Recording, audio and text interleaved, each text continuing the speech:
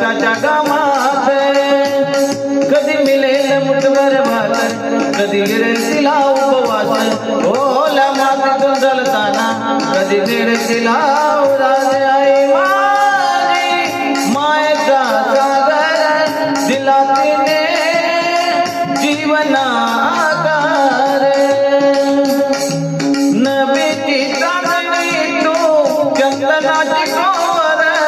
शीतळ तुझी छाया मला बी जीवनभर तुझ्या शीतळ छायेमध्ये उभं आयुष्य जगेन आई देवा पाशी मी ग तुला जन्मोजन्मी मागेन